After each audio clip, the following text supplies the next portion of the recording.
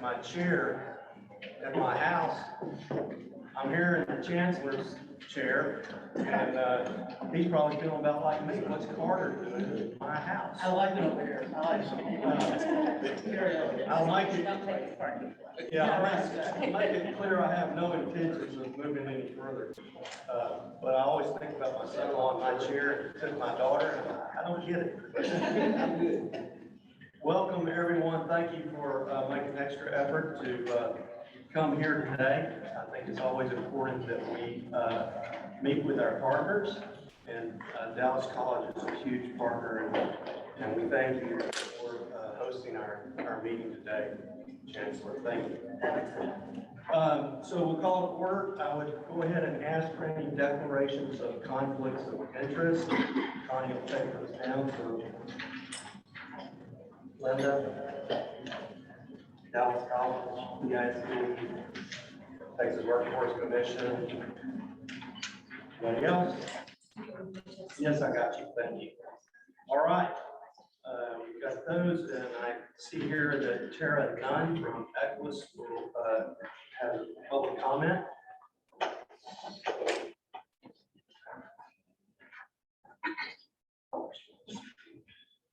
No. Connie, where do you want speakers? The podium? Oh, my. Fancy. The podium is yours, ma'am.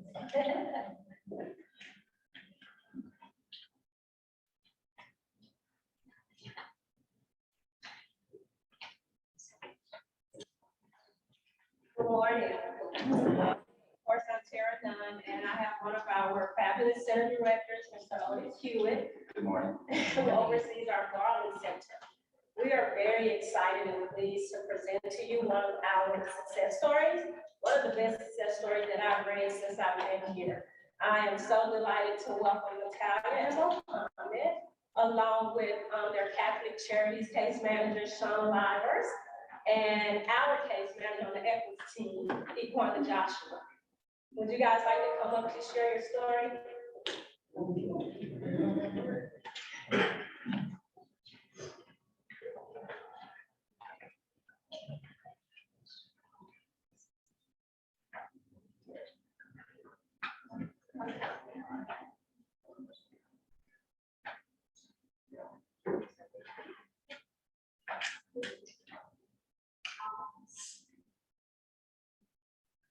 Hi. I'm a little bit nervous at this point, so I'm forgetting in English. I got the brush. My name is Natalie. I came here from Ukraine for the program. My family, my husband, and I applied for migration, and we arrived safe almost there. Why? You know. I don't understand all this because we're all over. Yeah, first day when we came here, we were confused and scared. We couldn't move. We're broke. And to get help from human service, we're supposed to sign our paper that sheet because we go to workforce solution. And sign that sheet, why we apply for help. And when I got reports, we applied for their program, we couldn't get our work permit because it takes time. Now for Ukrainians, we say we can solve it. But when we came out last year, it wasn't good. So when we came in workforce, and of course for us, the main base our body is how we can communicate with society. I haven't seen other things. We came in Dallas because of family. And I'm also worried about my English because I tried to learn English for a long time. And when I came here, really, when you guys speak, I just like my sister-in-law, she asked me, like, okay, did you enroll? I said, enroll? Oh, no, not really. And she's like, no, not enroll. Enroll, I mean registration. I said, oh, I think we speak about enroll. Yeah, so this is so different. You don't learn this words because they teach us, like in English they say, but English, British, Australian English. So I know a lot of words like you. And then I have to get you. And she's like, I don't know why I can get, oh, stay mine. You know, so it's different. And I think, like, I think the first 3 months I just walk around and I hear how people speak and I'm like, oh, familiar word, but that all this means is different. And first, I don't know, you know, like welcoming and how feel I got a lot of solution. Today I don't see this Russian with us, but she was my first, I can say, best friend here because she showed me how it works. Being in touch with people, be invited to their own problems. In Ukraine, I work in businesses, different fields. But when I came here, I feel so welcome. I feel calm, and she encouraged me. She explains me how it would work. She was so patient. And Mr. Otis, he was our first case manager when we just came to him and he signed our papers. And he told me like, oh, we have a lot of programs, we can help you fit in, so don't worry. And they're like, oh, of course, why don't worry? I can contact these people. And if we promise something, I believe it would work. So I started all my paperwork when I got my work permit. It was before Christmas, you know, it's like Christmas gift. I got my mail like, oh no, this is my Christmas gift, my work permit. And I'm happy I can go and work. And then they came workforce again, and I'm like, oh no, I got my work permit. And they say like, yeah, now we can start it. And they support us, they explain us, so painful, so patient, and so good. So when I had vision, I just came there.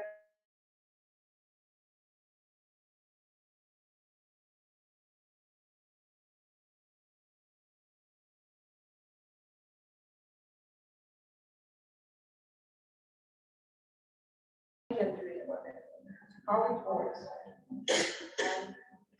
Um, and then I start applying for jobs, and I'm so happy because now I get a job in WFSDallas charity, and I'm so proud to become this team. And when I walk in that, when I came in that office, and I see the same level of empathy that I saw with workforce, and for me it was familiar place because already I saw from outside how people work with their life, and now I got this offer from these people, and I work with this in WFSDallas charity, and I work with my client the same because I feel this support. I feel this, I understand what fear do they have. And I know what I can say these people that sees them here and feel them comfortable and coming down and explain and walk them through. Now I get their hands and walk them through English language. Yeah, because I teach people, I teach English. And my husband now is in program with workforce. He's studying, and now he can explain about his school because I'm not at all. So, it's a great job. Good morning, everybody. My name is Mohammed.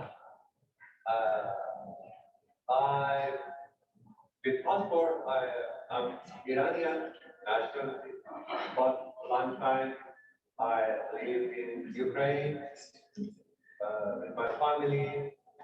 We work there, we live there, we have normal life there. And after war, it was so difficult because we are coming out of Ukraine only with one small flag. We was in Europa, after that, we U4U plan, we flying here. I was in shock, okay, in my age, 51 years, okay, with my language, with one small bag, and one family, what I can do here, I was 100% confused. I cannot say only I was confused. No, because for his so big short, because I lost everything that I had, and I didn't know, okay, who can help me? Who can help to us? After short time, of course, my wife, she find a connection with workforce, and when it's better I don't use of this word workforce. I can say golden group. Golden group is a better word for that position. For the start, because I need a job. It's the first step for everybody. I need a job. They invite me. They invite me to Baltimore. It was about 12 weeks. For me, it was so good, but it was not comfortable because that I had and that in new position, it was for me a little hard. But after that time, because of Mr. Motive, they sent me in one course. It's HVAC in course now. It's a so special class, and of course, my English language is not my first language. Persian language, and after that I learned Russian language. After that I learned Ukrainian language. And when I was in class, in my head was very more bored of different language. I was a lot, when they speak with English language, I listen some more Ukrainian, some part, Persian. But I use Google Translate, dictionary, YouTube, of everything. 7 morning till 4, and when I come back in home, I start reading. My teacher, Mr. Bob, is professional person that is so kind, but sometimes he's so tired of me. He say, okay, how many questions you can ask? They say, okay, if any students are coming late at school, they might coming in Saturday because they left a little time. I say it's Saturday. It's a punishment. It's so good. Every day I can be late in class, and about this I can there every Saturday. Okay. Anyway,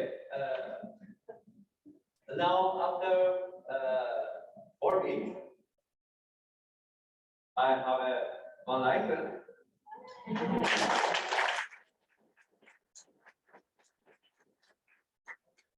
I write my number telephone. If anybody have a problem about air condition, they can call me. But after 5 weeks, I come there and it's Thank you very much.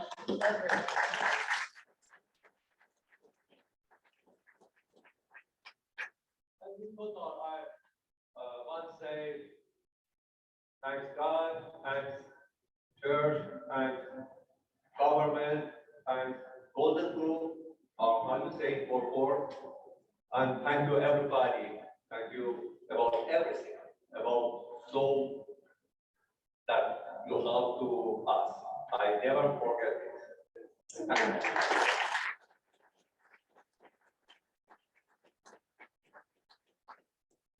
would say thank you too.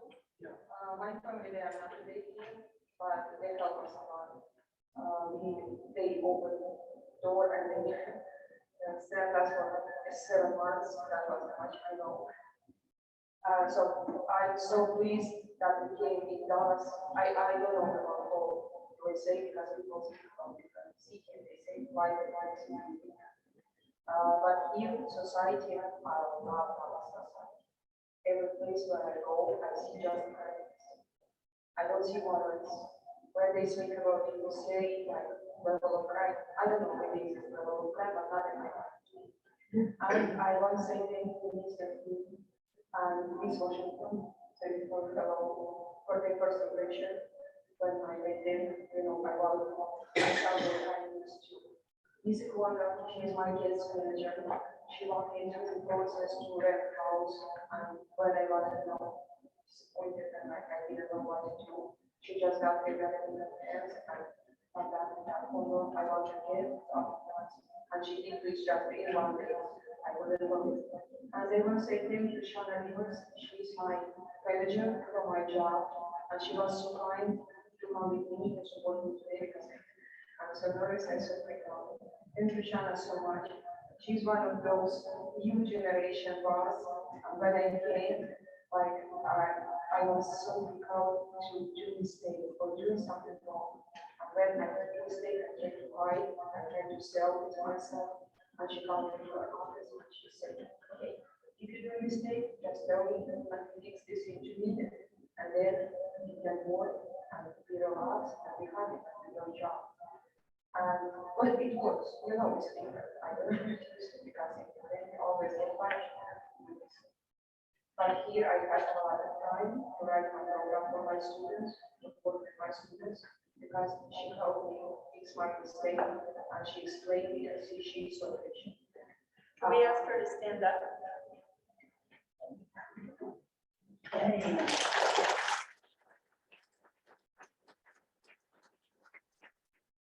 Thank you for Dallas community that I feel so comfortable and so invited. Thank you guys. Thank you very much.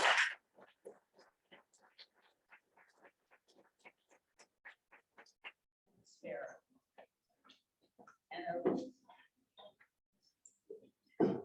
Good. We'll let-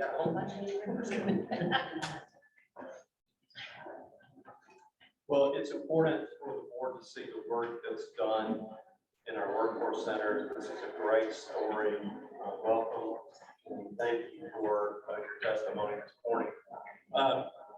Another area that we're going to focus on recently on June 7th, Commissioner Demerson came to Dallas and he spoke about, when we took him to Dallas College and spoke to him about a program that we're going to highlight now. So if you would, go ahead and tell us about the program. Okay. This thing on? yeah, Okay. yeah, I think that's better than the podium. Okay.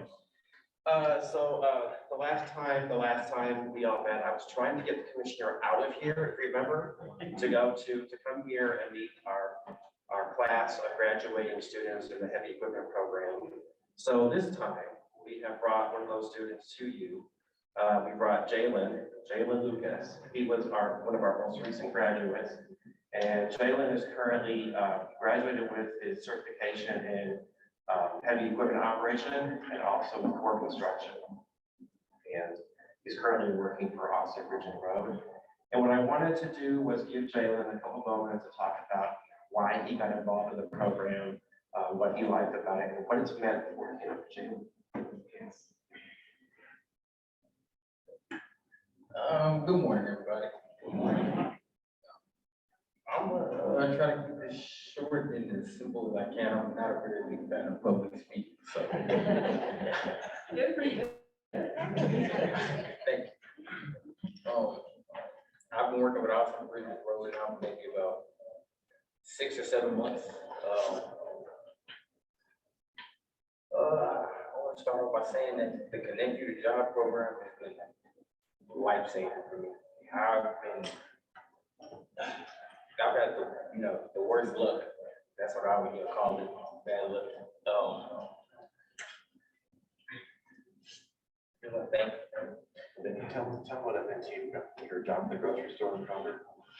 I tried to work at Kroger, I tried to work at, warehouse jobs. Even before I started this, I didn't have a job for maybe like a year. My probation officer is the one that put me in contact with this opportunity, really. And had I not been here, I'd probably be on the streets or in jail, maybe.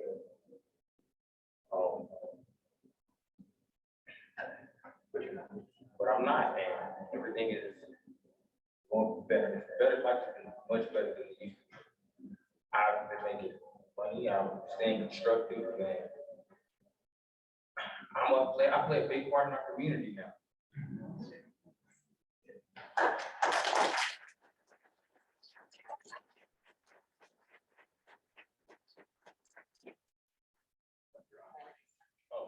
I can operate a backhoe, I can operate a skid steer, I operate a little bit of an excavator. And I didn't know how to do any of it, maybe, but at the beginning of the year, I didn't know how to do any of that, so that's pretty good. I've been working on my communication skills. I'm doing a lot better with that. The program put me through school, so being in school just in general made me more aware of the people around me, more aware of how I make other people feel, more aware of I don't know how I fit in with society in general.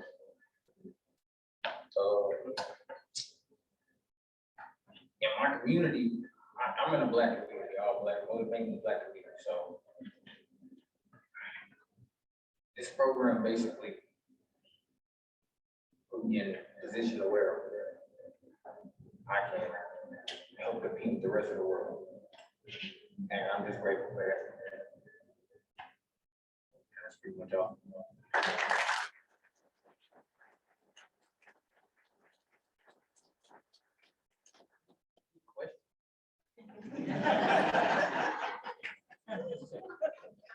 What projects are you working on? The 78 project, this is like in East Dallas.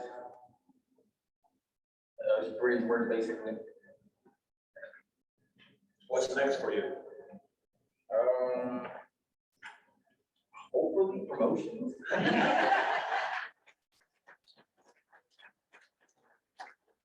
Crazy stuff in there, and I've only been there, like I said, like 6 months, and I've been like $4 profit, $4 raise already.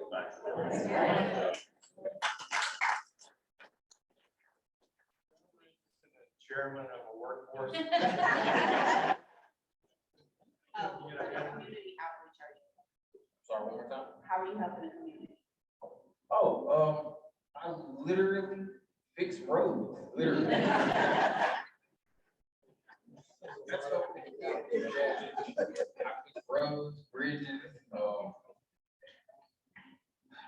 hopefully I can convince all of you to keep investing in this project. Because at the end of the day, without this project, nobody I know would be able to make it without this kind of help and support. Honestly. Would you be interested in speaking to other people that may be in the same situation that you're working to help them come out of that situation? Yes, ma'am. But like I said, definitely not a fan of public. Just kind of being a part of the community outreach that's out there where they're trying to help students or young people in your situation make a better path. Right. Thank you very much.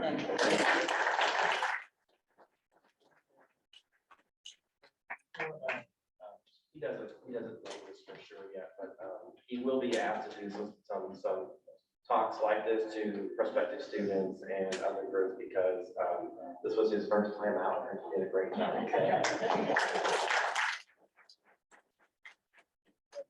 He's an exceptional example of what can happen with these young people when you put them through a program like this. But we also have two of the employers here today. I want to give them the chance to talk to you and talk to you about why they're involved in the program and how they see it working out for them. First, I want to invite Abraham up. He's actually with Austin Granger Road, and he is Jalen's employer. Morning, everybody. I think I'm a little bit better at public speaking, but yeah, I would say, Jalen has been, not just Jalen, but I would say that everybody that we've had participated in the program, we've been very pleased, from Kent, Myron, and the team over there, Kevin. That's right, I get your name together. So I'd be happy to answer any questions, about what we're doing with Jalen in specific or anybody that is participating with us. Could you tell us how you found out it would connect you to jobs? So, you gotta give it to the team, the three that I just named, and Kim, who's not here, he's not here, he's not here. They're very good at promoting the program. It actually came to me, I've recently joined APR about 10 months ago, and when I joined, one of the things that was put in front of me was this, from my leadership team, the VPs and all of the executives. And I get the emails from this team here, but I also get them from my team. So my team is also involved and invested in this program. So that's how we are. They do a good job promoting. All right, well, two things. One, okay, if you could make it quick because you guys gotta go build some bridges and I don't get paid overtime. Yeah, we'll make it quick. I'm Michael Lane. I'm with Balfour Beatty, and I'm currently assigned to the LBJ 635 project in Northeast Dallas, which has been going on for about 2.5 years. It's a $1.7 billion JV with Fluor and Balfour Beatty. They formed LLC called Pegasus Link. We've been involved with the Connected to Jobs since its inception. We work with TxDOT, Kim Hunziker, the Lone Star Justice Alliance, Myrick and Ken Anderson with the Workforce Commission, and it's just really been a good program trying to get these young kids a second chance. Construction is very attractive because you can rapidly move up through the ranks.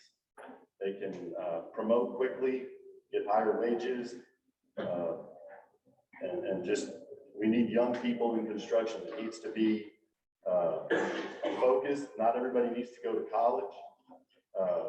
I put both my kids through. My wife was adamant about it. She's an educator, but I will say that we need other trades that don't spend all the money, don't get so far in debt going to school, and they can make 6-figure incomes very young if they get into construction and progress rapidly. Thank you very much. Take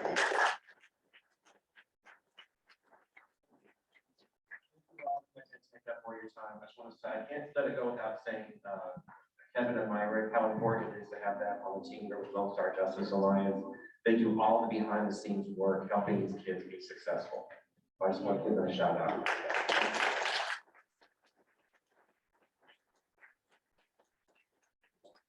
Ken, thank you for your work in promoting this. As a board, we just move a lot of money around, so it's great to actually see testimonials of our work being done. So you guys get out there on LBJ, hurry up.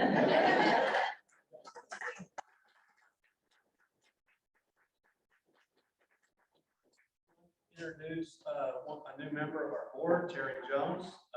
Terry, good morning. Good morning. He's the owner of Blackjack Pizza. Many of you have probably been there, Fair Park, or around Fair Park. So welcome to our board. We're glad to have you, and I'm glad that you got to see some of the work that's done here in this board. Moving along, at your place, we have our work groups spreadsheet.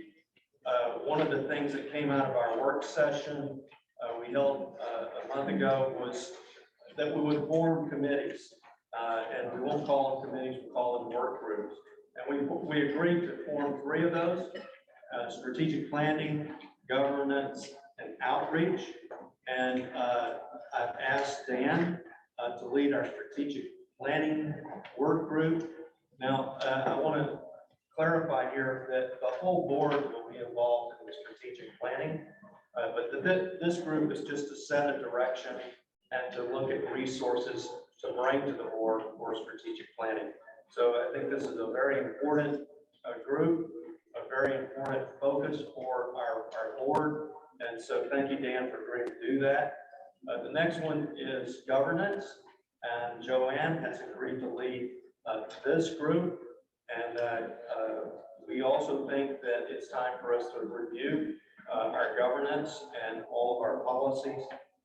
So this group will be focused on that. And then the last group we call outreach, where we look at our customer experience, our customer journey, do a little bit of looking at how we are telling our story, how we can do that better. I believe Rebecca will be leading that group. Thank you, Rebecca. She didn't know she agreed to that yet.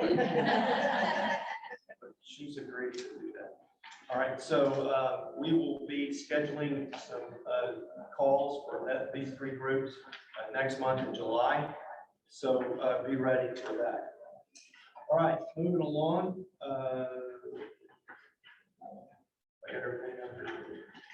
All right, we have a consent agenda on page 7. Your package.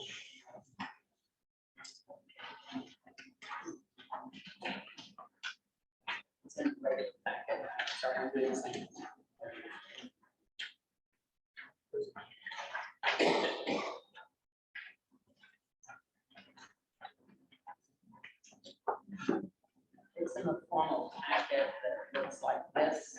Yeah, is it just 3 minutes? I believe that's all that's on consent this month, yes. I move acceptance of the consent agenda. Okay. Any other, can I have a second to that motion? Second. All right. Here. Any discussion on the minutes? All right, all in favor? Aye. Anyone opposed? All right, our consent agenda passes. Thank you. And we have Ashley at the podium. And if you would, go ahead and present your. Good morning, I'm Ashley Garner, Chief Financial Officer and Executive Vice President. I'd like to begin with a reminder from last month. Today, you have all received the same copy of the handout that we provided back in May, titled Guide to Understanding Nonprofit Financial Statements. This was put out by the Association of Nonprofit Accountants and Finance Professionals, and we are providing this to you as a resource to familiarize yourself with the way nonprofits present their financials. So please take this handout with you after the meeting if you haven't done so already, and have a look, especially as we approach the August board meeting, in which we will be presenting to you our fiscal year 2022 financial statements in conjunction with our annual audit. As for the audit, I just want to give you a brief update. Questions have really been slowing down as they're reaching the end of their test work. In fact, we're really at the stage in the process where the partner and manager are performing their reviews. No issues to report to you at this time. Last month, I spent my time talking with you all about our various childcare grants from TWC. Instead of diving into a new program this month, we thought it might be good to revisit childcare, specifically the wait list you all have heard so much about. I want to take a few minutes to provide a basic overview of how the wait list works. And lucky for me, I have my teachers and tutors from childcare group in the room, Rhonda and Sherry, and of course we have Demetria, all of whom can set me straight if I step out of line. You do have a one-page handout today titled Priority Groups for Childcare Services. This document is illustrating the order in which children are served, but we can also use it to talk about the wait list. When a parent wishes to sign up for the Child Care Subsidy Program, there are 3 different priority groups, and this is the order in which we serve the children. This first group here on your page, I'm just going to call Workforce Center Programs. This is the population that has come into our workforce centers. They are already participating in training or GED classes, or maybe they're receiving TANF, which is Temporary Assistance for Needy Families, or SNAP, food stamps. And as such, they are assured child care services. They do not join the wait list. Now, in the second priority group, the top eligibility line there, we have our children within CPS. This is related to that Department of Family and Protective Services grant we discussed during the program spotlight in our May board meeting. If you'll recall, I mentioned that TWC will infuse this grant with additional funding to continue serving this population of children should we need it. These children automatically qualify and they do not join the wait list. It's everybody else that joins the wait list. So on your handout, everything that is not in bold does not join the wait list. All of the bolded items are groups that make up our wait list. From group 2 and group 3, this may include families based on characteristics such as homelessness, children with disabilities, having a veteran parent, children of foster youth. Additionally, this group includes families that qualify based on eligibility due to income and household size. So this is the group that feeds the wait list. The wait list is not generated because we are necessarily awaiting funding. When somebody eligible, based on one of these non-bolded items, signs up online, for instance, they may report their income and household size. However, they aren't submitting all of their supporting documentation to substantiate that claim at that time. The wait list is then worked by a child care group, during which time all of the necessary paperwork and supporting documentation is obtained by the parent. The wait list experiences what we call a constant churn. So as families are coming off of the wait list each week and receiving care, more families are being added.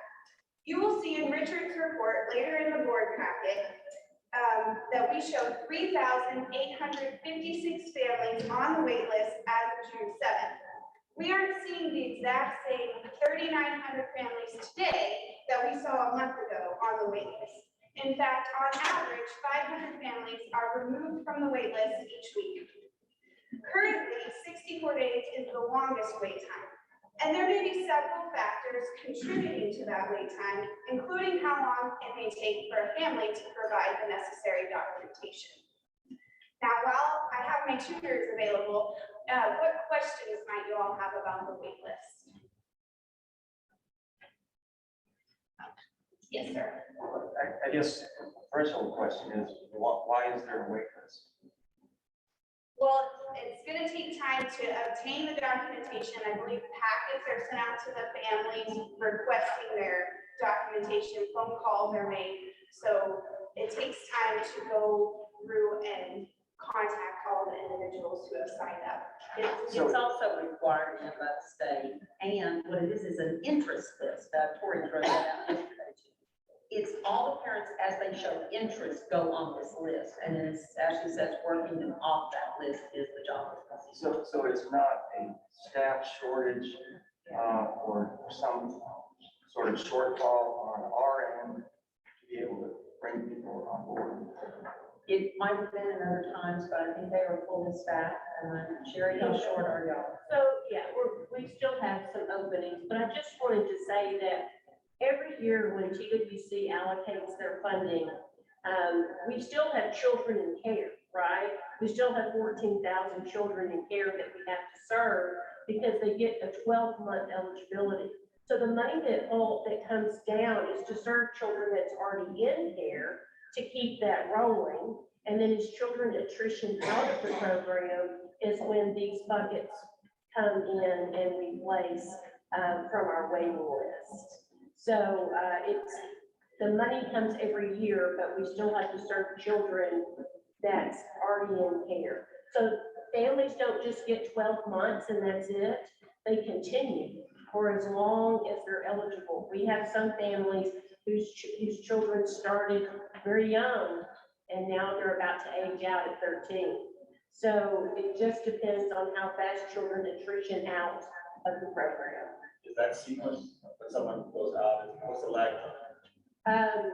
The lag time, say that again? Or someone, the new person is on the wait list, like, is there a slippage there? No, there's not. Because we're over enrolled totally. We're constantly, every week, we're pulling down our priority list, right? Yeah, and so with the priority list, so you have children that's attrition off, but then you have the mandatory group that's constantly being added every day, right? So it fills those slots, but then when it doesn't fill those slots, every week, 500 families for outreach. And we go through that process of wiping the list clean of all the other priorities, the children in foster care, children of teen parents, the children of veterans. And then, once we've exhausted all of that, then we move into the general waiting list of low-income families. Are there areas in that we can streamline that you think of? Anything that can speed up? Gary, you'd be impressed. They are a paperless system. The state complements what CCG does. Everything goes into the computer. They have really mastered this compared to other child care organizations around the state. But I want to be that you can be better Sure. than we are. Sure. So, I'm sorry. I was gonna say that there's gonna be a huge rehaul of the state system effective 10/1. The state is gonna have a centralized state application process instead of having it local, which will streamline tremendously. And then they're gonna move to an internet-based system, data system, where families go on and they fill out the application. It automatically imports into the system and it gets routed to the local areas. That is going to speed up things tremendously, and we're going to have wonderful reports that we've never had access to before, to be able to really drill down on these waiting list areas and kind of what's going on with those areas. So, Susie.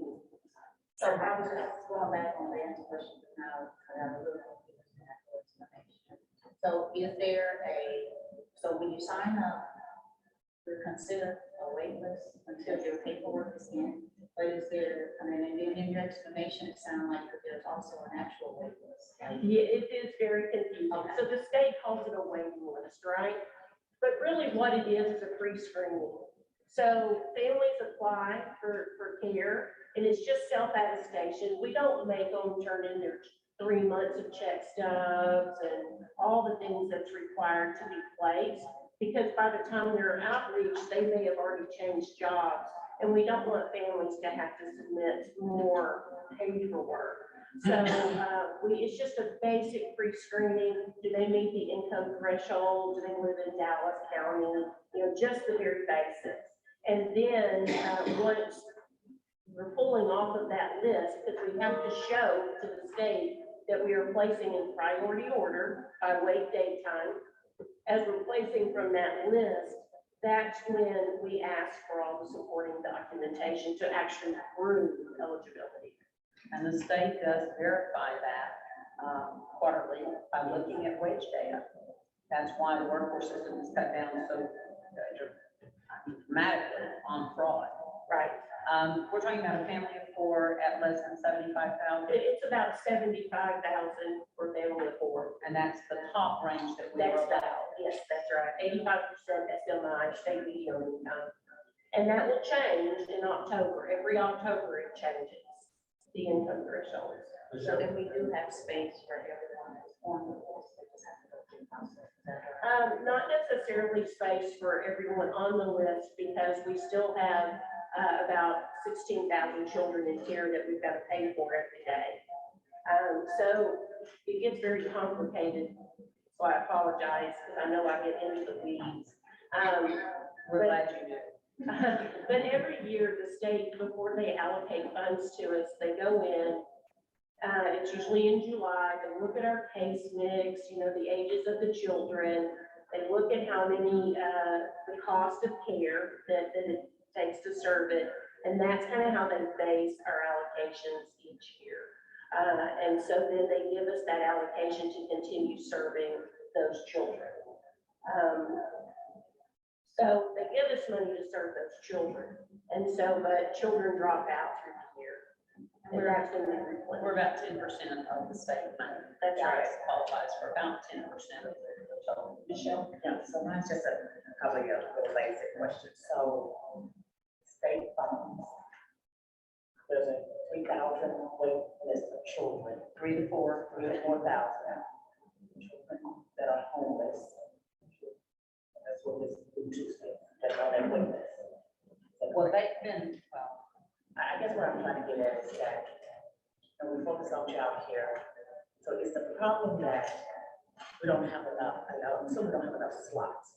Because, oh, is it money that we don't have enough money to make sure that we can get these 4,000 homeless children, military children, veterans children, and from having childcare. There's also children in the family that makes 90,000, and they're not going to qualify. They're on the wait list too. So let's be conscious, there's a lot of people that have this rate. I'm just talking about the low income. Gotcha. So we shave out the upper income people, how many children are we talking about? And I guess what I'm trying to say is that it's kind of hard for me. I'm just trying to figure out, is it a workforce school, what can we be doing to support these children in this population here? That's poverty, I mean, child action, Well, look, I'm just trying to bring two things together, because last board meeting, we said we are gonna send $10 million back. Yeah. And we got, whether it's a wait list or whether it's an interest list, I've got parents showing up every month saying, we have a need to go to work if you can provide childcare. So those two things don't jive together. Did you read last Friday's email? I did, and Okay, the and next that's to one. approve spending out the money as best we can. And across the state, other workforce boards are having a conversation that they're having trouble actually spending the money. We're sending money back, and I want to be real clear, this idea that we are over enrolling is a bad term. We are not over enrolling. We are above the compliance standard. That's different. We are under the need in this community, and we have more money available than we're spending, and we have slots available. And I watched a survey that came, a really well done survey by Child Care Group that was presented to this board last year about childcare providers pounding the table because their number one concern is that we need to do a better job of marketing so that they can fill their classrooms. And we got money and we got kids lining up. I think we could connect kids with the services. So one mechanical question on this. So we're moving 500 kids off of wait list every month as a term. How many of those kids are actually being placed in childcare or pre-K, and how much is being purged? Sherry, did y'all know the percentage on the White House? Well, the purging is, one of those things that we don't actually have data. That will change as the new system comes out, because that is a critical component that we really do need to understand. Number one, why are they purging off, and then the volume of that, right? Did they find other care? Exactly, just drilling that down just a little bit more. We could probably get the information, not probably, we could get some information on how many of those that are outreaching enrolls. We can get that information. So one more question, and then I'll be done.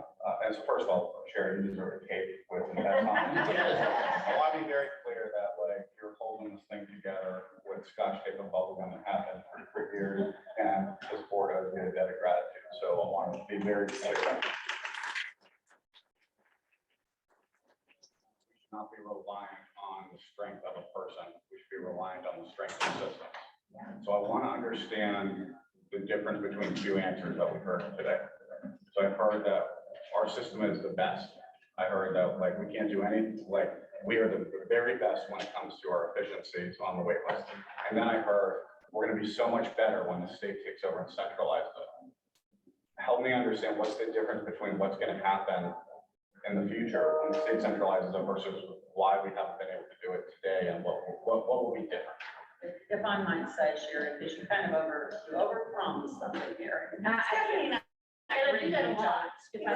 No, when the state sends up a major system, there are always problems. Always.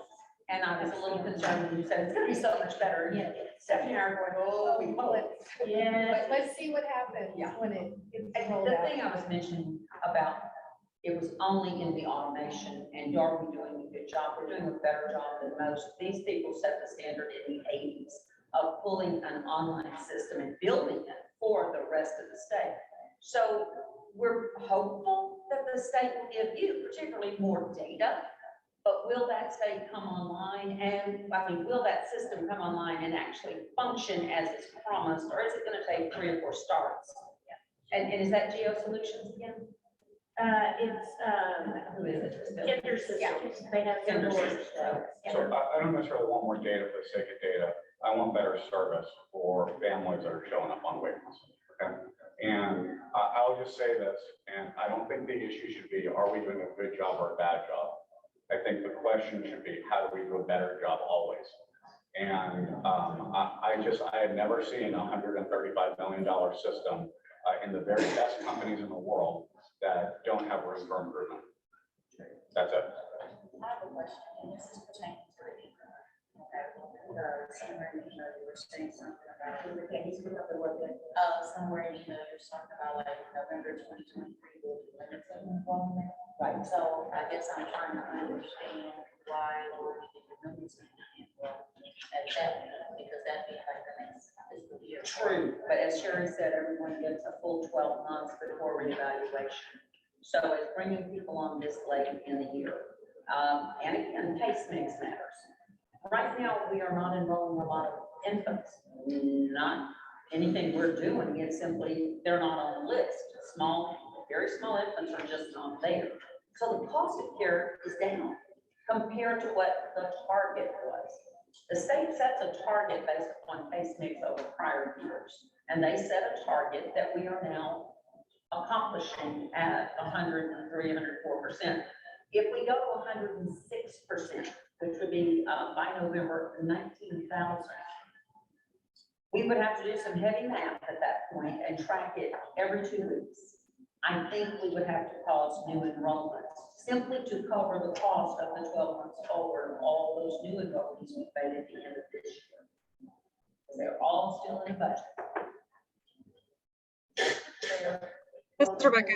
Something about, like Google being approximately 17,000. So I guess I was wondering, is that shortening, but it's not affecting anyone that's already enrolled? No, it's not. In fact, you cannot take someone out of there as long as they remain eligible, and that is the risk. If people remain eligible, they stay in the program longer, they don't attrit as we are accustomed to seeing attrition. And that's what we're working with now. Could we go up to 19,000? Yes. Attrition, we've just got to get a handle on attrition. The state will not forgive over enrollment of your target beyond your money. Period. That's not available to us. That is like the cardinal sin. And so it's a risk to keep going up. Sherry, the likelihood of getting to the 19,000 though is also, we don't know. Well, we don't know, but we're close. I mean, we're almost there. What are you sitting on today? So we have over 18,000 unduplicated kids in here right now.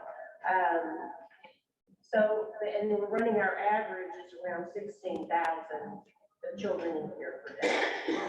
Average in here per day.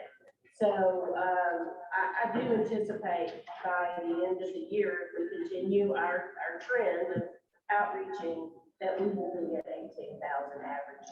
And Sure, that's good enough question. How do you know that someone drops out? What's the attrition moment? So we know when they attrition out, when they exceed their income thresholds.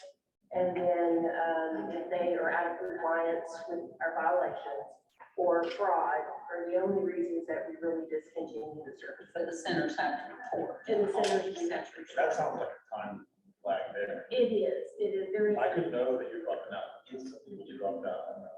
It is a time lag, because what happens is if children stop showing up at a childcare center, we may not know it because they don't report it, right? Yeah. And then we may not know it for about a month until the attendance all rolled. That's an area.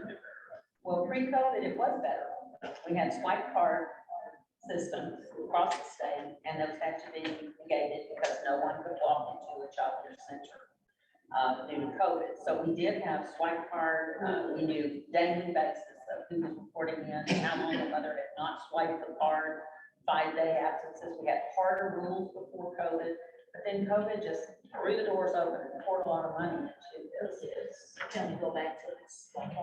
I think it was something else. Yeah, there's a new system rolling out. Thank goodness, we don't have cards that they have to swipe, they can log in on a tablet, so they can even check it on their phone, and that's being implemented right now. Is that part of the app, they are on that? The state has sent tablets out to all of the providers, yes, but if you log in. No, yeah. No, that's a very good question. The technology, the system has, they call it geofencing, so you have to be within a certain distance. Okay. Of the actual center. You have to basically be out of your.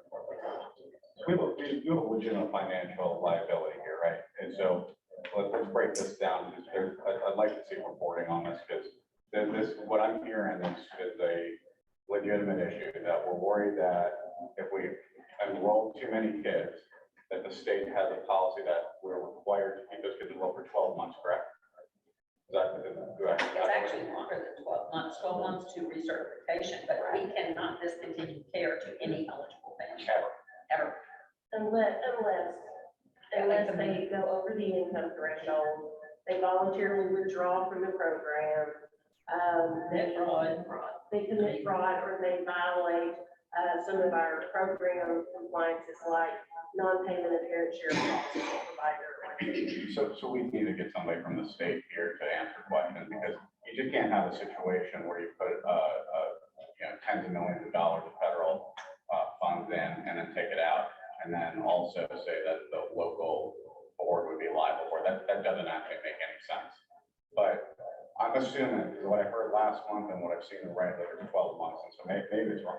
But can we at least get an average of sort of like assuming what the average number of months that kids have been enrolled in, what the attrition rates are. But we should do some modeling to understand what our liability is or isn't.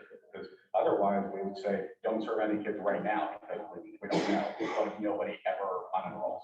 Read the model, what we know is attributed and what we think is likely. Right now. Now, I did talk to the state and I would have had Ray on the line, but she was not available. They believe that most boards can attrit pretty quickly from 106% over. We're going 6% over the target. They had no qualms about that, but in fact, it is still on us. Now let's talk about math. If we carry this money, most of it goes October 31st and then it's gone, but our match money carries through December. I'm guessing it runs out first week of December. We then only have to pay for 9 months and 3 weeks because the new grant covers through September 30th. So it's not apples to apples. We're paying for more of the time out of this grant than. So my point is that requires a financial model that we need to be able to see and in order to plan appropriately. But there's not a scenario where it makes sense from a state, like it's an unfunded mandate. If the state is saying, here's how much money we're going to give you to serve 16,000 kids or whatever the number is. Like if we had served 1 and 2 year olds, we'd be at that number, we'd still have the same financial liability next year. So to simply say now, we're not going to spend money because we might have to spend money down the road. I don't understand what the difference is versus that if we had spent it on 1 and 2 year olds versus 13 year olds. Each year is funded in isolation with a target. It's a bad model, but that's how it's done. I don't understand how it changes our liability, is I guess what I'm saying. Like, the answer to the question is, we don't want to do it because it's creating financial liability for next year. And I don't understand what the difference in liability is, how we serve more 1 and 2 year olds and at a higher rate versus, and hit exactly the compliance number versus going over the compliance number by a lot because we are seeing a higher allocation of 12 and 13. What a risk comparison using model. I want us to serve as many families as possible that are lining up for workforce because our primary fiduciary responsibility is to employers and to job seekers. But the grant is the grant. I mean, I get you, Alan. I know who our customer is and it should not be the funder. And yet in this case, what I've recommended is we keep it low at this point. Keep enrolled to a reasonable effort, but it's every 2 week check-in. I agree. We should be in that. I agree with that. Who's enrolled, how much it's costing us. The reason Ashley's standing up here is because it is a financial conversation as much as anything else. It is not a social service conversation. We're doing really good work, but if we don't get the money right, it's not gonna matter. So we have looked at, by December, it would be 10 million a month rolling out. And that's an unsustainable figure if we had a whole year on the new money. But since we will only have 9 months and get refunded again October, but we can build one, we can build it. So I'd like to bring a motion next session to try to enroll to the maximum amount that we can with the money we have. And it'll be good to have the financial model. So if that is a bad idea, that we know for the discussion on that motion. I have a question. Can the grant be available for change at any time?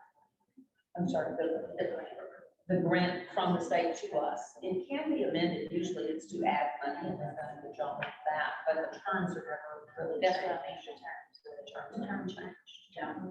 And Stephanie, I'm not overstating. No. You were quiet, but I know you know what I'm I mean, saying. I was a grant manager in a previous lifetime, so, and the thing about the childcare funds is that they're very specific. You get childcare quality, you get childcare to serve, childcare. So we get specific buckets of money. Very fragmented. Very fragmented, very specific, and if grant amendments are generally just for time. I'm sorry, just for additional funding, not for time. The only thing that's on the agenda today, and it's on page 2. Was that a formal motion? No, I said I plan to bring a motion next month. And if it's a bad idea, we need the financial information to support why it would be a bad idea, but like, I plan to bring that motion. But you're bringing it up next month or next meeting because we don't have all the data we need right now. That's right. I want to at least give a chance. I mean, I think there's a legitimate concern that's being raised by the staff, but we also have enough information where we can run this model to bear out what the risk is and have that conversation as a board. But we ought to we ought to help as many families as we can responsibly. Tori's very nervous. Well, I just wanted to point out for the board also so that they also know the other change that's being made is beginning in the next program year.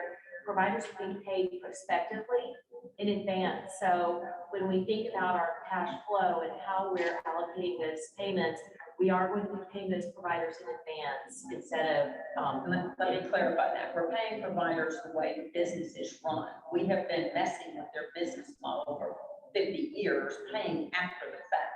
Every parent who does childcare knows you pay on Monday or the week, or you pay on the beginning of the month or the month.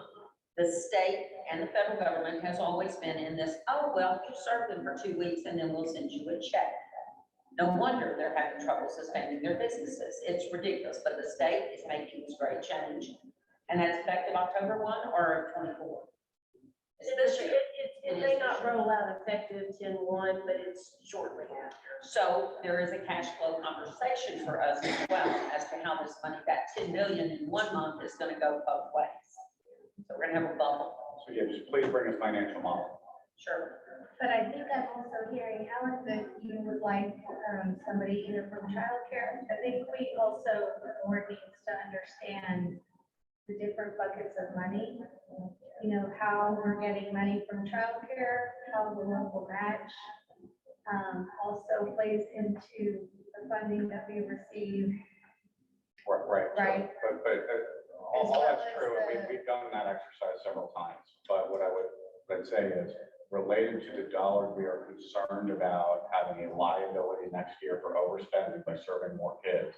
We need to have a financial model in place so we understand the implications of serving more kids. Yes. How many we can pull on. I think it's a matter of looking back to 2018 for attrition, to 2018 or how our money goes in October, November, December, because December is a pivotal month for kids scattering and leaving care. And you leave care on your own, you get back on the wait list. I mean, it's very complex. I spoke with Allison, Stephanie, and Reagan was out, but we can introduce this. I'll be glad to reconnect. Okay. And so The only thing I put on the agenda today and I hope it will go, is, page 2 on Demetria's report. What we were trying to do is pull every dollar we have from our coffers. In other words, we're keeping a $2 million reserve, we're keeping our admin costs and the center costs, because childcare rotates in our centers. We were trying to push everything else that is reasonably available to childcare group, so that we're ready to keep enrolling and not have to have a board meeting to bring that money up. I don't see any harm in preparing that money now, making sure that through October 31st, you have everything we have. Now, we do get money again, no, October 1, Carter asked me, would we then release new money to you October 1? I think that's a conversation for October. I just don't know the circumstances, but we definitely, the only problem I see publicly is we do all of this enrolling and we stop, because we have to stop to retreat. And that's what Susie brought up. In my note, I said there will be a point where you simply pause new enrollments. And the wait list will build. Last time it built up to 7,000. Yeah, and I just want to point out too, is that I agree with Alan that, we need to serve all the children that we can. But it is very difficult on the community when we're constantly outreaching and then we just stop for months and then it builds and then it's, we're like a big ship. It takes a little bit for us to get moving and get it churning. And I think that's been part of the concern with, just how we've operated in the past. I would really like for us to get to a point where we can be consistent. We're consistent in the community's eyes, that we're constantly, placing children and not the up and down roller coaster. It's real hard. Part of that is cash management. It is. And getting over the changes that are It coming. is. And I think retrospective payments will help. But that's Definitely help the providers. right. Shoot them for years. But it's also looking across the community.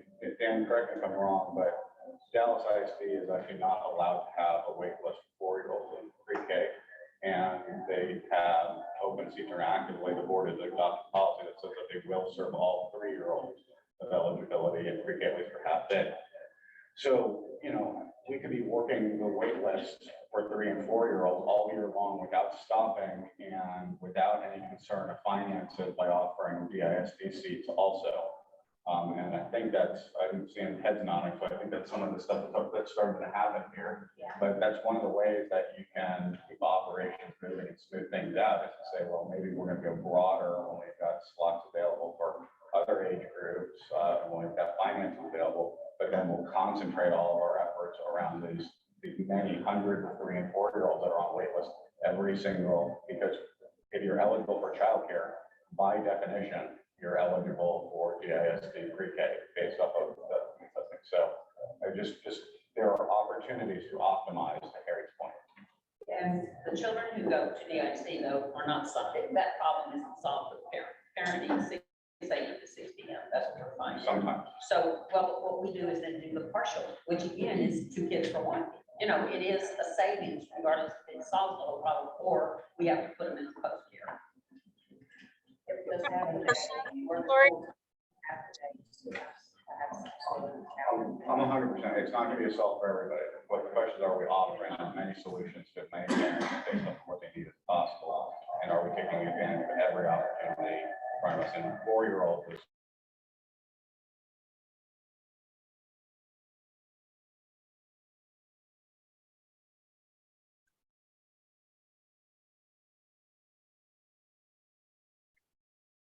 So my question is, if I'm understanding, is that wait, is Dan talking? Sorry, someone muted it and I can't hear you all. Can do that for you, a walkthrough. Okay, I just wanted to check, Sherry, if I'm understanding correctly, the wait list is because the state needs to verify income for the families. Is that correct? That's the big issue, is that they're taking long to verify eligibility. Correct? No, and again, I apologize. I know I get in the weeds. The parents have to wait because we have to place, as children drop out of the program, so we've got, 16, 17,000 kids already in care. Our money goes to pay for all those children. As children attrition out of the program, we pull the waiting list report and we start outreaching. But we have to outreach in wait day order. So as we're outreaching, some of that, you're right, you've got to have processing time. They've got to turn in their 3 months of check stubs and things like that. So there is a time frame for processing, but that's really about, 2 weeks at the most. It's really just churning through everyone. Because you always have to start with the priority groups first, before you ever get to the low income wait list. I feel like I'm not explaining it. I know it's difficult to understand. I think it's the word waitlist. Yes. It's two different words. Yes. One's interest is you're signing up, you just gotta get your paperwork in, now that waitlist to me, means that you're waitlisted. Yeah. You have to wait for a slot. Got it. That is kind of, Yeah. so it's two separate things though. Yeah, it is. And it's very much a TWC term. It is. It's very much a TWC term, the wait list. And it can mean families are waitlisted, but it's generally meant it's that pre-screen processing, pre-qualifying. It sounds like it's also waiting on something to happen. Yes, like attrition yes. or dropout. If we knew someone had a training before, we do now, it'll be faster, it's more controlled. That's right. But the wait list is also evidence of outreach recruitment, which some boards have a zero wait list, and then the state has to worry about them. It's like, well, what are you doing? You're not spending your money and you don't have to pay. Right. So you do use it as a barometer. Right. If it gets over 7 though, that gets a little scary. 7,000 people who say, I need help, and we're not giving them answers. And our waiting list is growing. You'll see that in the packet. We have, we've hired navigators that's going out and doing a better job at parent awareness of what we do in DDR. The pre-K enrollment was really great, and they, refer families to us for their siblings, that needed younger siblings. Do we have a system in place, so let's say, leave the child care, I get a job, but you're saying that I'm constantly, but my job starts next week. Do we have any sort of emergency type situation or funding or fixing for people? It's really for every family, it's an emergency. When they need childcare, they need a family. So they can get to, how do we justify one or the other? So the state guidelines are very specific about, you have to place them in order that they. Because I'm thinking, the whole purpose of all of this is to get our families, our adults, work, and have a safe place for the children. Where I have a job that I can go to, because now I can't get a child care. All right, I'm sorry to cut you off. I don't get paid overtime. Part of having an engaged board is exactly what you're doing. And so I applaud everybody for asking these questions. Being just a common man, what I'm seeing here is a need for a workshop on childcare. And so I would ask you guys to come back to us, and we'll have a separate workshop on beginning with childcare, customer journey, all those things. So I challenge you guys to do that for us. I challenge you more to commit to a date when you can be a part of that. So no problem with the questions. I thank you very much for your engagement, for your passion and compassion. So we do have an item that we have to get passed, which is in your package, these 2 pages, action item on some funding. Lori, would you speak to that? And Demetria, we're going to pull you up next. So you can take the podium while we're going through this matter. This is is in the supplemental on page 2 and 3, couple of quick pages. I'll just get this up here. Equus Workforce Solutions, we're recommending a small amendment of 500,000 isn't small, but in this case it is. TANF funds to expand effort for families receiving TANF benefits. We're also trying to make sure that all funds can be spent before they end. This one is also October 31st. The trick or treat fund. Great. Lee, are you set?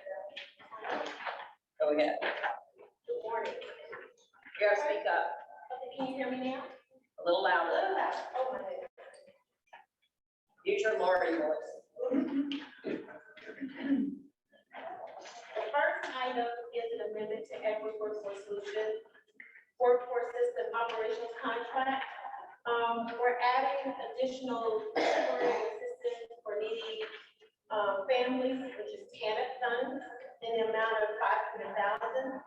And this is to help support outreach efforts to families receiving TANF to participate in workforce preparation and subsidize employment, training, and or educational opportunities and provide them with supportive services. We have a small population, but a hard population to serve, and we're hoping to outreach those that are not participating to get them involved in workforce preparation activities.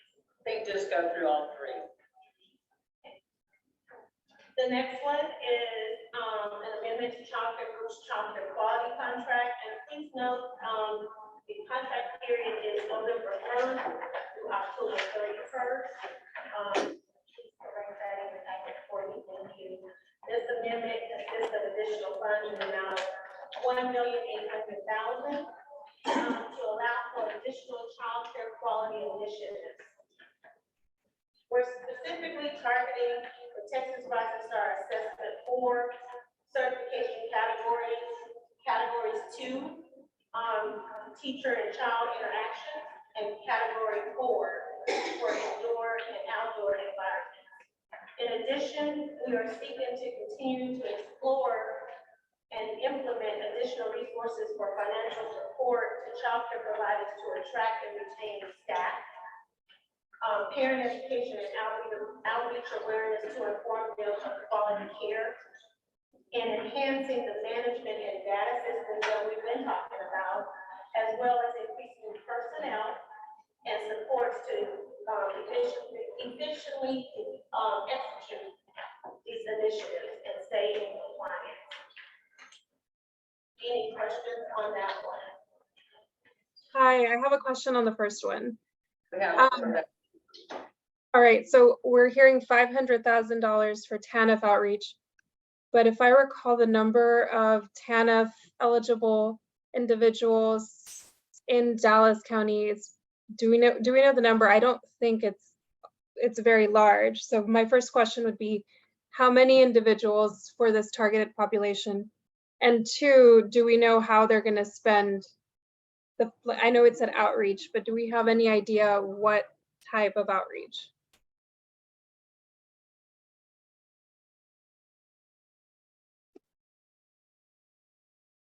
And sorry, somebody muted you. I can't hear anything.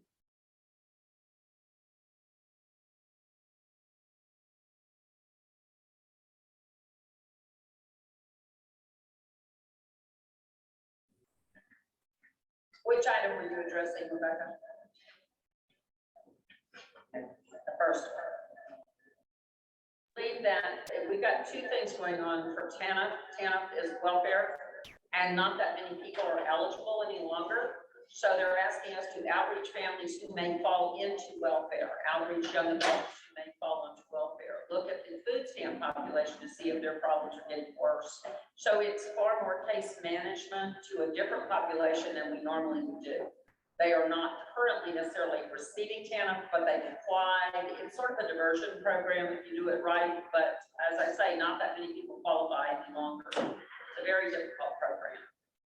And it's very well funded, 8 to 9 million a year, but the customers are just not there. Yes, I mean, that's precisely my confusion because it's so few people. So I feel like there's more money spent to get people off the program than money that people are actually getting. Because it's such a tiny number of people. This seems high to me for the low number of TANF eligible people. None of the money goes to the customer doing some additional training. The money actually goes to staffing for exactly what you mentioned. It's a diversion program. It's trying to help people work their way off of welfare. So pulling people off of welfare, Tara, I hope I'm not misstating, but that is our goal. Making people self-sufficient and preventing people from falling into welfare caseload. And you're right, that is what the money is intended for. It's $8 million predominantly in case management services. Yeah.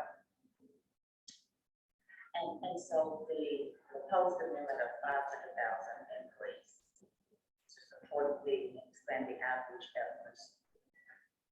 So more people can participate in workforce training programs. We know we're showing how much, $500,000, how much for training. No, it's not training. Very short-term training for these. Now, the dollar amount, I think, is throwing people, Demetria, you've got $20 million. That's inclusive of all the adult, dislocated, youth, yeah, adult dislocated, food stamp, FSE&T, and TANF that goes to Equus. But what portion of that is TANF? I know we get about 9 million, but you know what the TANF budget is? Yes, And most of this is in diversion strategy, I would think. Am I missing the point? Please speak up. No, that is correct. Trying to think off the top of my head of what they have in stand right now. Whatever reason it is not, that number is not coming to me, and usually I have enough. Understand. And the money is normally not spent. We can't spend the money on long-term training. That is not allowed. We can do No, short-term training. training is allowable now as a participating activity. It's mainly short-term training. One thing that Equus has done in the past, they have held like a fair for this population where they brought different activities in for them to get involved with workforce preparation. They have brought speakers in, financial literacy opportunities, just trying to help this population move forward. And we hope to do something big like that that is inclusive of their children. So it is something they can learn as they're going through this process and get better and become self-sufficient. Breaking intergenerational poverty schemes. Most of the money in this program goes to staffing the program for all of the record checking and all of the things that we have to do. They have to come to us and keep qualifying to receive the benefits. And also subsidized employment. A lot of them go to. That's work. true. A lot of the money go to subsidized employment, placing them in jobs. Tara, what's subsidized employment paying now? What's subsidized employment for TANF? So it's with the market, 15 to 17, and you outstation and then nonprofit for the most part, and government entities. So they do get a paycheck. So the $500,000 is to support all the other stuff. Yeah, the money's there, and we have to spend it. Again, a lot of these actions are on the road to spending out funds. Rebecca has a question on the chat. I apologize. Full TANF population in the county. We know it as of 2 months ago. Richard, what's on the chart for the number? I think the denominator is 125. 125. That's what I remember. And That's the individual recipient who qualifies for the grant, not the family size. right, and so this is my point, 125 people, and we're spending $500,000 to, on 120, on outreach to 125 people, when this is probably so much more money than these families are even getting. So I do have a problem with this. I don't think it's like the best use of funds. Totally agree.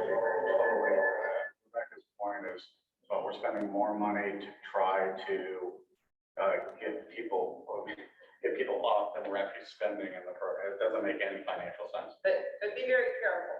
When you tell government officials, this isn't a good use, you don't usually control what they think is a good use after that. No, but we have local control of, I mean, this is what a local workforce board is intended to have the decision making about how do we use these resources. I mean, I agree with Rebecca, this makes no sense. TANF funds are for TANF population, am I right, Stephanie? And that's the money, that's the allocation they've given us, that funding to serve the tenant population. And those who might enter that population, so people that are on a wait list or they're trying to get into a TANF program. We battle this as well. So basically, the board, they give the money, then we have to spend it, that kind of thing. So when we say, we Well- need to vote on this, we don't have to vote on because we have to spend it. Yeah, I'm fine with sending back money, but we send back money and then it's our fault that we didn't spend the money. So which way we allocate it? We can't reallocate because that's the purpose of it. You have to spend it on TANF. My understanding of the point, Rebecca, again, Rebecca, but like, it's not just, do we spend it, it's how we spend it, and like, what kinds of supports is, and I think maybe it's, like, there's ways to make this efficient, but this requires a little bit more of a microscope and working group for folks to focus in on this from a board. That's what a board's supposed to do. We'll send you a bulleted list on the grant of what money can be spent on. I will say, I mean, we can serve the TANF population, but we also have other activities that are allowable under the TANF grant as long as, and as part of this exercise, as long as we are serving TANF's purpose 1, 2, and 3, there's certain summer activities where we can serve TANF youth. You still require a 90-day notice on that. So you put in some impediments.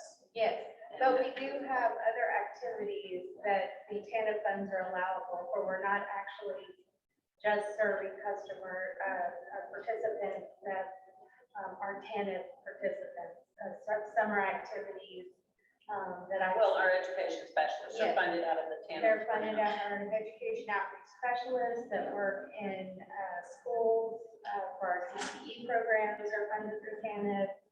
I believe we have summer youth programs that are funded through TANF. So I think it would be helpful to have a workshop so that the board can see the different programs that are funded through TANF. And I think what I'm asking is, this is not asking, sure, just a deeper dive to. Yes. I get a list, it can be some you want it. But when you're funding a grant or asking for a grant at this level of 21 million or whatever it is, what is the impact? I don't think we know about each one of those work streams, how we evaluate the grant. I think we get in a system of perpetuity, they get this money every year, so we just say we're gonna fund it. Go anywhere else, any corporation, any foundation, go to the Gates Foundation, but they don't go deep behind 21 million.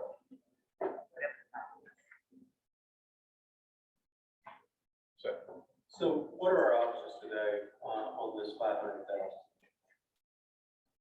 Don't pass it. Pass it or don't. I mean, if it's that much of a question, then I would say don't act on it. Can we vote? Yeah, pull all of them. I mean, we're trying to maximize expenditures because that became a conversation previously. Why don't we spend out all grants? We're now trying to spend out all grants, not wasting money in any way. I promise you that. We have monitors in the field checking on these things. It's not a runaway train. But there are only certain things you can do with the money. The non-flexible stuff is what kind of eats us up, guys. I would build a different mousetrap, trust me, but the grants are too darn specific. I'd ask Stephen's crew, please stand, the 4 of you.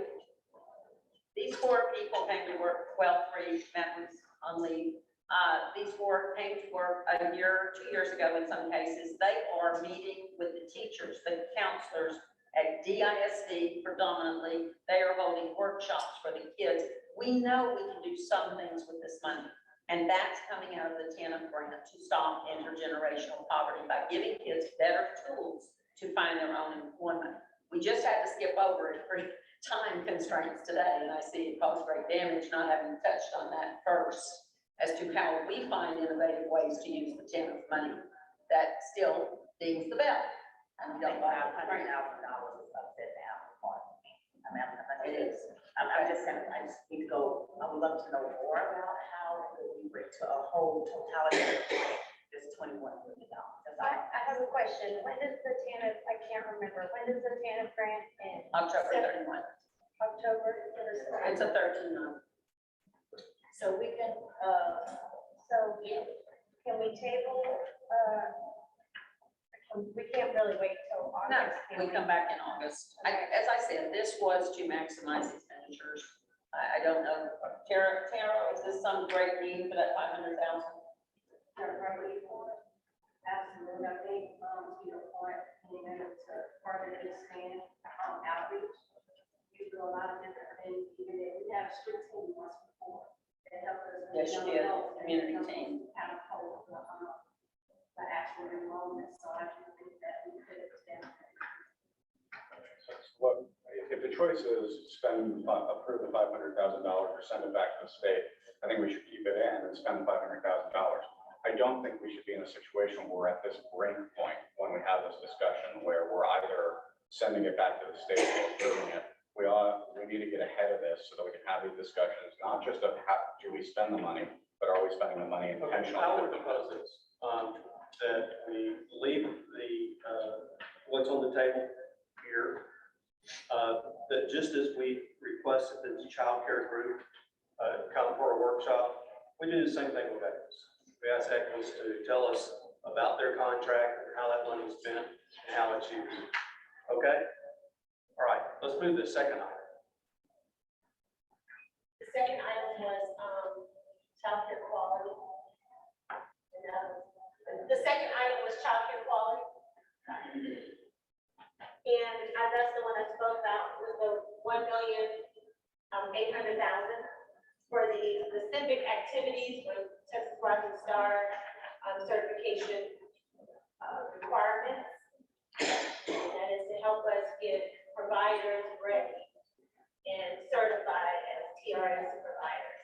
It's going to a mandatory system, and these funds are utilized to help us get those centers ready for assessment and becoming TRS. Teacher-child interaction in indoor-outdoor environments. Those are classifications of activity. They have to have all of these certifications, and everyone must become a TRS provider if they are a licensed provider. Is that correct?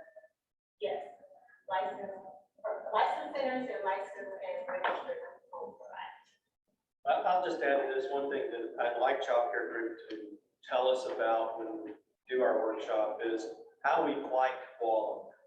Because it's not just enough to have childcare providers, but just as we're upskilling our employers, we should be upskilling our childcare providers so that we don't just provide childcare, but we provide the very best. And so I'd like to hear your presentation about that as well. All right, any questions on this $1.8 million request? Yeah, one question. First of all, very supportive of it. Can we get activity and expense reports along the way? So the areas make a lot of sense. The high strategy does. Can we have an understanding of exactly where the dollars are monthly going and which childcare providers specifically are participating in the activities so we understand the coverage that's happening across the street? That shouldn't be a problem. Great. All right, then we're going to go to the third item, which is another $5 million for childcare. Can you tell us about that? Yeah, so this is direct care. So this is the part of the money we've been talking about. This is giving childcare groups $5 million to help support the financial burden from the reimbursement. One thing that we failed to talk about earlier was the childcare reimbursement rates. As we're moving to a Texas Rising Star mandatory program, providers are required to go through these certification assessments. Once they do that, they are paying in a tiered enhanced reimbursement rate, which means our cost is going to be higher. So as they become TRS level 2, 3, or 4, it will cost us more to pay for the care of those children in here right now. So we have many providers that are part of our system that are not Texas Rising Star. They will have to become Texas Rising Star, and we will have to pay more for that care. So this $5 million is to help offset that as we begin to have providers assessed. Right now, we're going through assessment with providers. We have people that are waiting to be assessed, and as soon as they are, that cost changes. So this is that money to help fill that gap. It also, I believe, pushes all of the childcare money into the proper system at childcare group to continue to increase enrollment, to spend out the funds. I mean, this was the last bit of funding that we had, correct? Yes. I think, Ashley, we are now down to 2 million for emergencies, our admin and our center costs. Everything will be in their hands, so there's no need to come back to the board for that. Remember, we are a pure childcare group. There's no way to give this money to any other entity. They are in charge of the payables to the customers. So that's where we are. Any questions on that? Just to clarify, so this is over and above the 1.8 discussed. Yes, sir, that was quality. Yeah, I got This that. is direct care money, and this pushes this grant to around 143 million. But as I mentioned, we're spending 8 million a month. This is a high output project. This doesn't even cover a month of spending. And by December, we could be as far as 10 million a month for account. But it's tough. It's a lot of money. Okay, any other questions? All right, so we have 3 items. I'll put them all together. Can I get a motion that we accept these 3 items? So moved. All right, I have a second. Second. Any other discussion? Feel like we've done that? All in favor? Anyone opposed? All right. 3 items. And your concerns are valued and noted, and we will bring materials back. Again, great discussions. Thank you for your engagement. Just saying that I'm abstaining because of how Stand up, Shanaz. We're recognizing you for 32 years of service.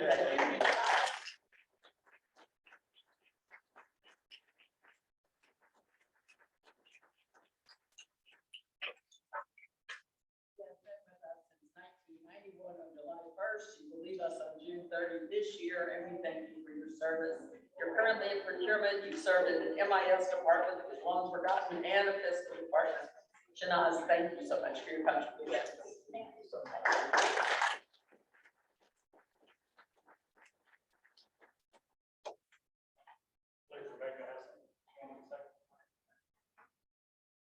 I'm sorry, Rebecca. Oh, I'm sorry. I just said that I needed to be shown as abstain for a conflict with childcare group. Got it. As far as other critical data, I think Richard did a lot of work on your data sheet this month. I would love for us to have time to carve into that, but we don't. Well, let's just point it out at your placemat. Take it with you. A lot of data. It's more than we've ever, it's more data than we've been able to put on a 8.5 by 11. It also, for tired eyes like mine, it's really nice to see things straight up. I love the 3 gold blockings. Come on, Richard, you can stand in the middle and talk to them. The 3 gold blocks are great stories. As you heard other stories this morning, these are wonderful stories of what goes on out in the field. Where do you want to, what would you like to highlight? Well, I just wanted to say, you know, it's the first step in a new design. We knew that we needed to change things up a little bit. So this is the first evolution of that. And, you know, we'll continue to grow and change. So we put a bunch of information on the page, and we know it's big, but that was the intent. So it could be seen. And so we could cram, you know, put everything in there that would be displayed nicely. I would say, since we are short on time, the most interesting item on there is there's a graph that shows job postings from a snapshot in 2022, 3 months, March, April, and May, and compares that to a snapshot in 2023. Now, these are working Texas job postings. The mix changed a little bit. We lost some IT occupations, but the bigger thing is the number of total job postings is almost cutting in half. So, the postings are still strong, but the economy's cooled off a little bit. So I think The hunger for workers is cooling. 63,000 last year, 30,000 this year. Yes. We are seeing that also in layoff reports. We are receiving, not tons, but we are receiving significant layoffs. Notices, we get the notices from elected officials, it's required. Population growth is interesting. Yes, that's our friends at North Central Texas Council of Governments had I believe it was last week, a press release for their most recent population estimates. Collin County still showing strong growth. Denton also strong, Tarrant, and then Dallas. But all 4 counties are growing. I didn't include some of the other ones because I thought the top 4 were the ones to zero. The Dallas Fed would say that the greatest thing on this chart, on the first page of this, is the Texas labor participation rate. Yes. The labor force participation rate is a more important statistic than unemployment statistics. So that's really encouraging to see those numbers going forward. And I wanted to drag back to, I think, up to 2017, just to show, very pre-pandemic, what the rate was at that time, and it's comparable, what we're doing. So if there's any other questions, I know we're running, like I said, a little short of time. I'd be happy to answer them or take any suggestions of what to include next time. We need your feedback, and we know there's things he can do that you won't think of, but keep thinking, because one of these Michelle inspired, one of them Dan inspired me. Each month, you give us a little more to go digging and say, what about that? What about this? So possibly one thing is diversity inclusion for next month, or for August, is to look deeper into not necessarily our money, our measures, but what does the workforce look like in Dallas County?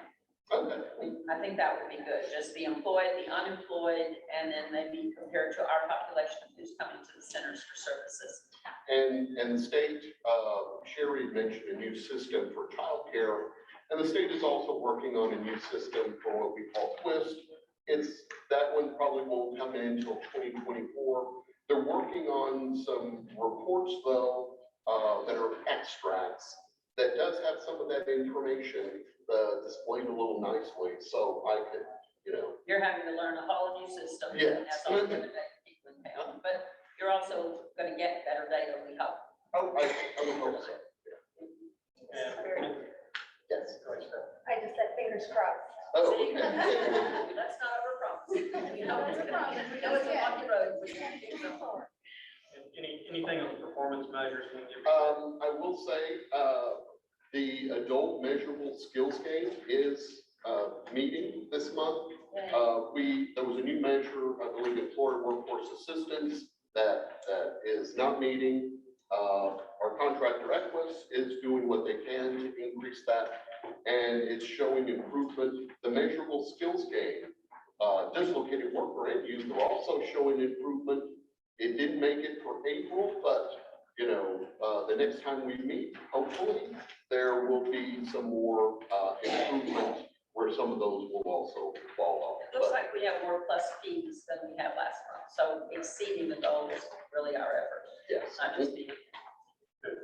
All right, Richard, thanks for your efforts on this, and we look forward to continuing getting more data. No problem. Thank you for that. Tony, did you have an action of any kind today? You do not. Okay, I didn't see it, but I wasn't sure. And Becky, we're okay on monitoring report? Yes. Don't let us get out of here if I miss an action item. Alex couldn't be here today, so take care of his parents. Update, 6 weeks from today, please be there, August 3rd, At our new center, we are opening the International District Workforce Center. We're going to have elected officials. We want you there. We're gonna have ribbon cutting. As soon as they finish our suite and put the right doors on it, they have custom ordered doors. So we still haven't taken possession, but we're really glad that we pushed off till August 3rd. But it's turning out to be a very nice thing. Janie Schultz will be in attendance. Last time we had TC that was coming. I don't know that he'll be able to make it. I don't know if the mayor is coming. The judge definitely is. Please try to make it. It's late in the afternoon on the 3rd. It should be good for your schedules. Make sure you come on out and Chris at the place. We're going to be excited. The new manager there is David Corzo. And he has been out at the Grand Prairie Center, and he is a state employee. We have 2 managers in our system that are TWC people. He will be experienced for heading this kickoff. So.